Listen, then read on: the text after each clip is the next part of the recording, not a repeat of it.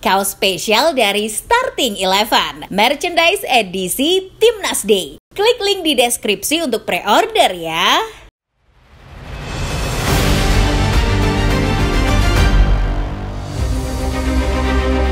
Setelah menjalani pertandingan yang cukup menegangkan, laga Indonesia versus Laos di matchday kedua grup B kualifikasi Piala AFF harus berakhir dengan skor imbang 3-3. Meski telah mengerahkan seluruh kemampuan terbaiknya, Timnas Indonesia ternyata masih kesulitan untuk mendominasi tim-tim Asia Tenggara dengan mudah. Hasil ini memperlihatkan bahwa perjuangan Garuda Muda masih membutuhkan konsistensi dan peningkatan di berbagai aspek, terutama dalam menghadapi tekanan di lapangan. Dalam laga kali ini, permainan berlangsung dengan sangat intens. Mulai dari gol yang saling berbalas hingga blunder fatal Marcelino yang berujung kartu merah. Namun, terlepas dari kekurangan yang ada di tubuh Timnas Indonesia, ada faktor lain yang diduga kuat menjadi salah satu penyebab gagalnya Indonesia meraih kemenangan. Keputusan wasit yang kontroversial hingga VAR yang berkali-kali tidak berfungsi telah menjadi sorotan utama. Hal ini membuat banyak pihak mempertanyakan kualitas Piala AFF sebagai ajang internasional yang seharusnya menjunjung tinggi keadilan dan profesionalisme. Lantas, bagaimana kontroversi wasit dan VAR dalam laga kali ini bisa berdampak sebesar itu?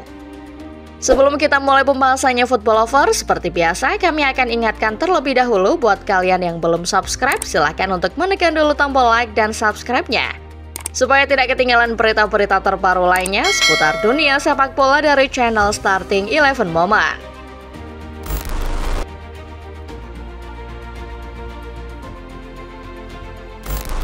Di laga pembuka kualifikasi Piala AFF 2024, Indonesia U23 harus berhadapan dengan Myanmar.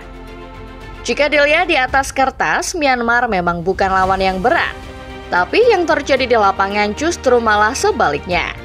Skuad Garuda Muda sempat kesulitan karena Myanmar ternyata memberikan perlawanan sengit. Padahal banyak yang berekspektasi Indonesia bisa menang mudah di laga ini. Apalagi dengan nama-nama pemain muda berbakat seperti Marcelino dan Rafael Struijk di dalam skuad.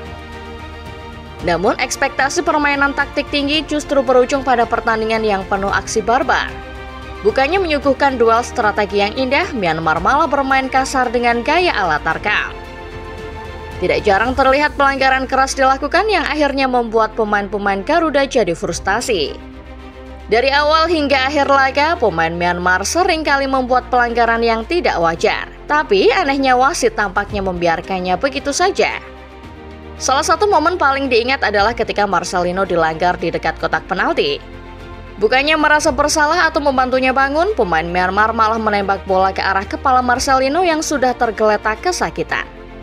Itu jelas bukan hanya pelanggaran, tapi juga tindakan tidak sportif yang seharusnya langsung dihukum dengan kartu merah.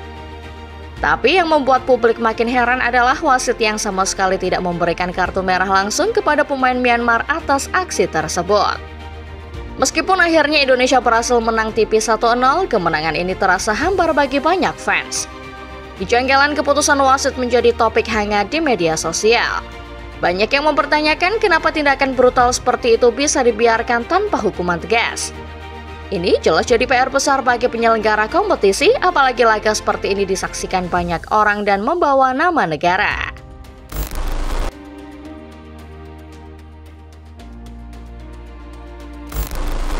Setelah kontroversi di laga pertama, fans sempat menduga kalau pertandingan melawan Laos juga bakal penuh drama.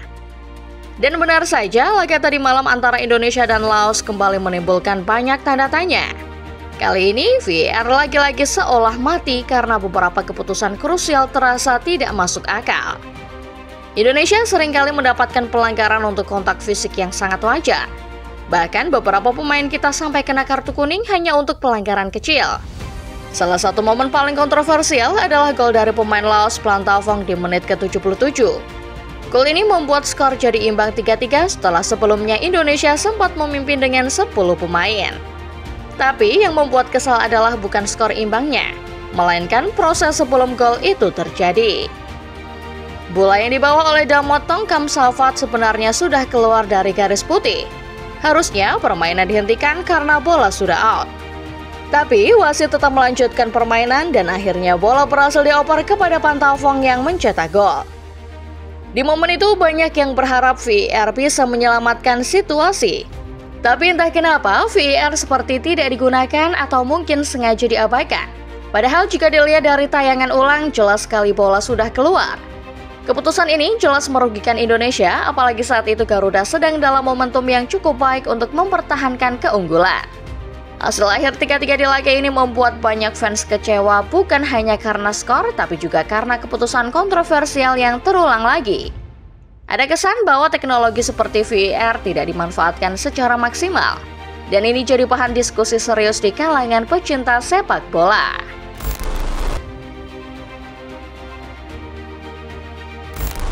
Selain VAR, sosok wasit Hiroki Kasahara juga jadi sorotan besar di pertandingan kali ini.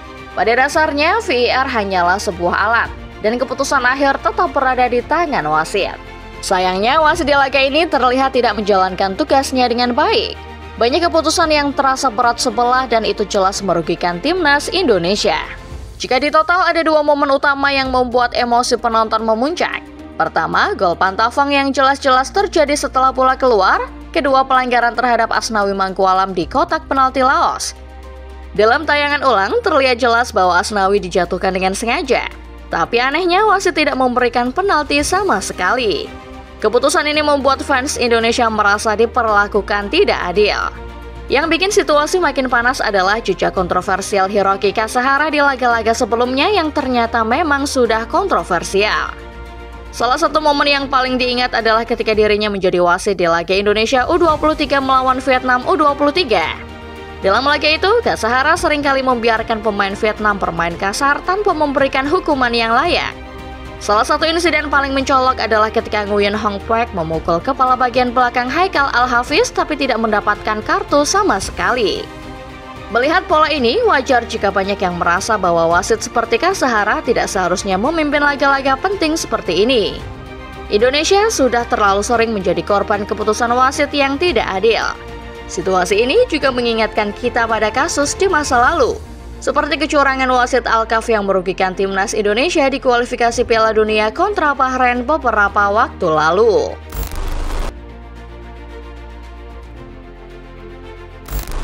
Di balik semua kontroversi ini, ada satu hal penting yang perlu diingat. Kita mewakili bangsa Indonesia. Sebesar apapun kekecewaan terhadap keputusan wasit atau VAR, kita tetap harus menerima hasil dengan kepala tegak. Kekalahan atau hasil imbang adalah bagian dari perjalanan. Dan yang terpenting adalah bagaimana kita belajar dari pengalaman ini. Buat Indonesia dan Sintayong, laga ini jelas memberikan banyak PR. Ada banyak kelemahan yang terlihat dari skuad Garuda, mulai dari kurangnya kematangan pemain, emosi yang kurang terkontrol, hingga skill individu yang masih perlu diasah. Semua ini harus diperbaiki sebelum menghadapi lawan-lawan yang lebih berat di pertandingan berikutnya. Salah satu tantangan terbesar adalah absennya Marcelino di laga selanjutnya. Pemain muda ini sempat terkena kartu merah, dan itu berarti Sintayong harus memutar otak untuk menemukan pengganti yang sepadan. Apalagi lawan berikutnya adalah Vietnam, tim yang juga punya reputasi kuat di Asia Tenggara. Persiapan yang matang dan strategi yang tepat akan sangat menentukan hasil pertandingan nanti. Sebagai fans, tugas kita adalah terus mendukung timnas Indonesia. Kita bisa saja marah atau kecewa, tapi pada akhirnya kita semua punya tujuan yang sama, melihat Garuda melebarkan sayapnya di kompetisi Piala AFF. Jadi, mari kita percayakan semuanya kepada Sintayong dan para pemain muda ini. Semoga mereka bisa bangkit dan menunjukkan performa terbaik di laga selanjutnya. Sekian Football Lovers, pembahasan singkat mengenai laga Indonesia versus Laos yang kembali menjadi kontroversi. Bagaimana menurut kalian? Apakah kalian setuju kalau laga kali ini adalah laga yang kontroversial? Tulis pendapat kalian di kolom komentar.